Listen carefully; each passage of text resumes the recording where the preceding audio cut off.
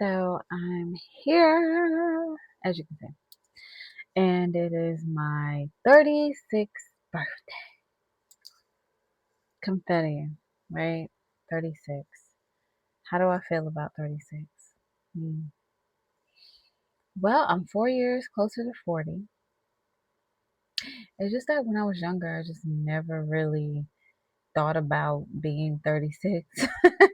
Like, I always just thought that 30s were like really old. Like, I don't know. I just thought my life would be like different, but we can go down that path over and over and over again. Oh, I thought my life was gonna be like so much different and whatever, whatever. But it's not. And it's just kind of like, well, it is what it is.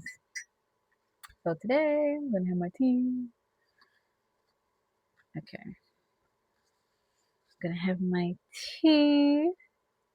And it is elderberry by Simple Truth Organics. And it's so good. And I put some honey in here.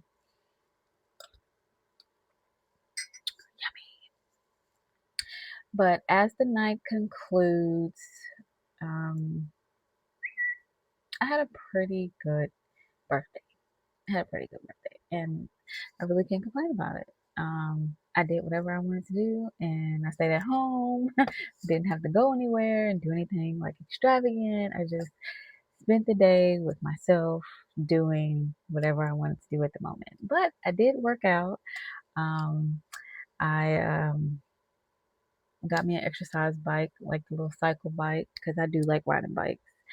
Even though I have a whole bike that I could ride like outside, but I was like, oh, let me do a cycle bike, and then I hooked my iPad up and just ride along. I found like a video on YouTube to like ride along to, just like for the scenery while listening to my music.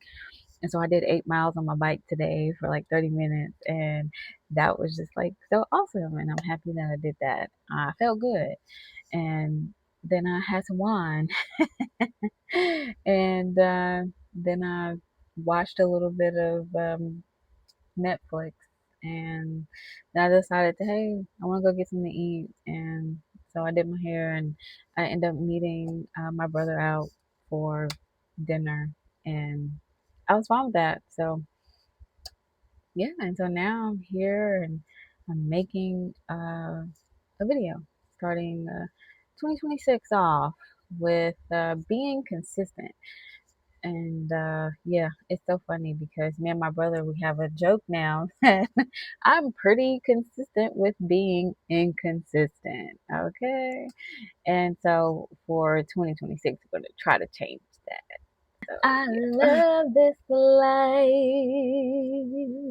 This light is everything.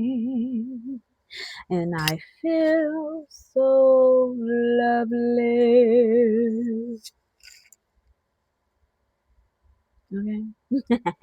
So we're gonna go ahead and just get on into it. Okay. So today we're gonna talk about reality versus potential. Okay. So we're gonna talk about that. Reality versus potential when it comes to relationships. And yeah, and pretty much how we show up for ourselves. Because sometimes it's two sides, the reality, what is actually happening from the day to day, and the potential, which is like the stored energy of what it could be, like the buildup, what it could be in the future. And you kind of got to use your imagination a little bit. And so both of these timelines, I feel like they coexist. And sometimes, we get so caught up in the reality, the day to day, and it doesn't leave any room to imagine what the potential could be. And then sometimes we get so caught up in the potential, in the imagination of what it could be, we don't face the reality of what it actually is. And so, granted, I feel like both of these can, they do serve its purpose. I think that there has to be a healthy balance between the two, because if there's no healthy balance between the two, then I think that it's kind of walking a tightrope of delusion, you know, like your reality and the potential is not really adding up, and you're just living in la la land. And I actually found myself being in that a lot in past relationships, just living in the potential of what a person could be and who they could be, instead of accepting the reality for who they are and how they show up on a day to day. But the key to that is, I found, which is self love. But I think that we like to throw that word around a lot, like, oh, just love yourself, just love yourself. And do we really know what that means? So I feel like we have progressed to this part of, consciousness where, people are actually waking up to, oh, what is self love, self care, manifesting, being mindful, things of that nature. So we know, we have a better idea of what self love is. And so self love is showing up for yourself, putting time, energy, and effort into yourself, choosing yourself. Um, some would probably still argue, oh, that's just being selfish. You should, care about others more than you care about yourself. However, it's again a balance. Okay, you got to care about yourself, and you also have to care about others. So you can't be all about self and just disregard other people, and you can't care so much about other people and not care about yourself. So when you move into the portion of a healthy self love, you start to look at yourself and others differently. How do I show up for myself? How are other people showing up for me? And so I have learned that we definitely, or I, set the tone for how people treat me and how people show up for me. And if I don't show up for myself, then other people are not going to show up for me either. If I don't pour into myself, then no one's really going to pour into me. If I don't love myself first and see myself as worthy, to see myself as valuable, then no one else is going to see that in me as well.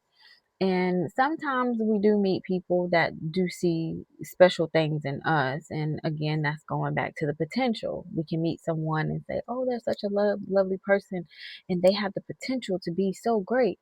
And so you tell this person, oh, you're so amazing. You're an amazing writer. You're an amazing musician. You're an amazing person, and you deserve X, Y, and Z. And so this person is like, oh, I'm not that great. And, I'm not this, I'm not that. And they just constantly just down themselves.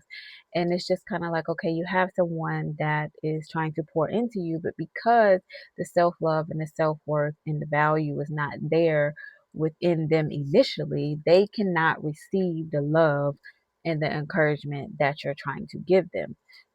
And so a lot of times we get into relationships because we see the potential of a person, and we see, oh, they have this amazing smile, they have this amazing personality, and they could be so great, they could be this and that, da, da, da. And we get caught up in the fantasy of what this person could be. And so we pour into them, we tell them, oh, you're so amazing, you're so this, you're so that. But deep down, they really don't believe that. And so that's where the disconnect is. It's kind of like I'm telling you, oh, you're so amazing, you're so great, you're so this, so that, we can have this, we can do that. But deep down, that person does not believe that. And it's a lot of negative self talk that they have. And you may not have that negative self talk. You may think highly of yourself in a way, but there's still like some deep underrooted issues that may exist there, because why do you feel like you have to like pour into someone else and always give? Can you really receive? So that's the that's like another subject for later on down the line that we could get into. And so in that aspect, it's kind of like we have to learn to see where people are with themselves, right? Because a lot of times when we meet people, they are mirrors for us. And so if we meet somebody and they have this poor self-esteem, poor self-worth, poor self-value. And we look in the mirror and say, well, okay, in what ways do I identify with that? In what ways do I show up like that? Because somewhere along in the deep, I believe the same thing, but I'm not being honest with myself. And a lot of times, some people may show up with inflated egos, inflated self worth, inflated values of, oh, and we would call this narcissist. I'm so great. I'm so this. I'm so that. But we all know that that is just it's a smoke screen, because deep down inside, it's a, I'm not really worthy. I'm not really valuable, but I'm going to portray this.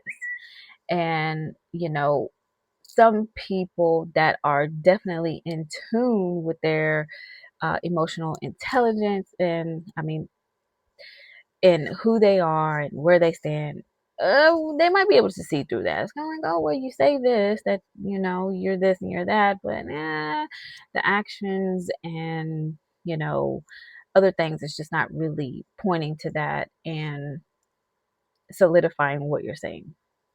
And so, when you have self love, okay, when you see yourself as worthy, you see yourself as valuable, you see yourself, I'm worthy of X, Y, and Z, okay, but you first have to do that for yourself, okay.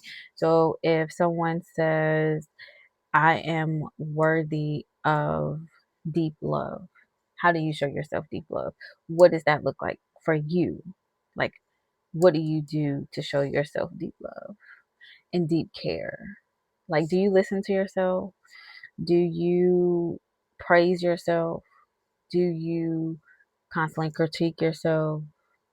And it's kind of like really just holding that mirror up to yourself and just, like, if you had to be in a relationship with yourself, would you want to be in a relationship with yourself? Like, would you choose you? And how do you show up for yourself? You know? Like, if you could date you, how do you show up for you? You know? And I think that we definitely have to have these deep conversations and these deep introspections with ourselves first, and lay that groundwork before we go out and try to invite another into our world. Okay. And so if you have, you know, equilibrium, you have balance in your world, okay, 9 times out of 10, it's easier to attract someone else that has equilibrium and balance in their world. Okay. But if your world is chaos and you don't really know what's going on because you got all this, and then you invite someone else into your life, you're not going to know whether or not, because there's so much going on with you, and then this person is there, and now it's just, so it's got to be a balance and equilibrium within your world, especially as a woman, because we are definitely very emotional beings, okay? At least the majority of us are, and we feel, okay? Like, we think, but we also move off of feelings. And so a lot of times, just like the ocean can be just as calm, and then all of a sudden, here comes all the waves, all right? Then it's a hurricane. Now it's a typhoon, and everything's getting crazy. And so we have to understand ourselves in all aspects of how we show up in the world for, others and ourselves, especially. You got to know, like, okay, this is a typhoon day. And this is how I handle myself accordingly. Because when I'm in a typhoon, okay, and everything is crazy, I know I probably need to work out, or I probably need to take a bubble bath, or I need to journal, or I need to eat healthy food, or I just need to sit and I need to cry, I need to take that space and time for myself so I can get through this typhoon until I can get back down into equilibrium. Okay. But if you don't know how to calm your typhoon, okay, and you just there and you're looking for an outside source or person or thing to calm your inner typhoon, you always going to be at a disadvantage. Okay. Because if you can't get that thing, if you can't get that source, what are you going to do? And so when you learn to exist in your own space and weather your own storms, sunshine and rain, and you know how to calibrate your energies, you know, then you know if someone comes in, yeah, it's kind of like you know the energy that they're bringing into your life, whether it's going to help or it's bringing up these storms, you know, like, oh man, I'm in a hurricane again, you know. But if you get so used to being in a hurricane and you don't know how to, you know, calm your storms down, then if somebody else come in bringing a hurricane, oh, that's going to be, you're used to it. So you're just gonna be like, okay, this is just the norm. But your nervous system is just always going to feel like on fight or flight. So you definitely just got to stay tuned in with yourself. I don't know if I went like too far off on a tangent, but that's why we have to stay grounded in the reality, okay, of what's happening on the day to day and being in tune with what is happening in our inner world. You know, how can I bring balance in back to myself? How can I restore the equilibrium within myself so that when I show up for me, I'm showing up with love, right? And I'm showing up as my best self because I know that I've put a lot of time and effort into me, into knowing me, into loving me, into caring for me. So guess what? I'm worthy. Okay, I'm high priced. I'm valuable. All right. And you just can't come in here and give me, you know, toss me coins and just, you know, crumbs.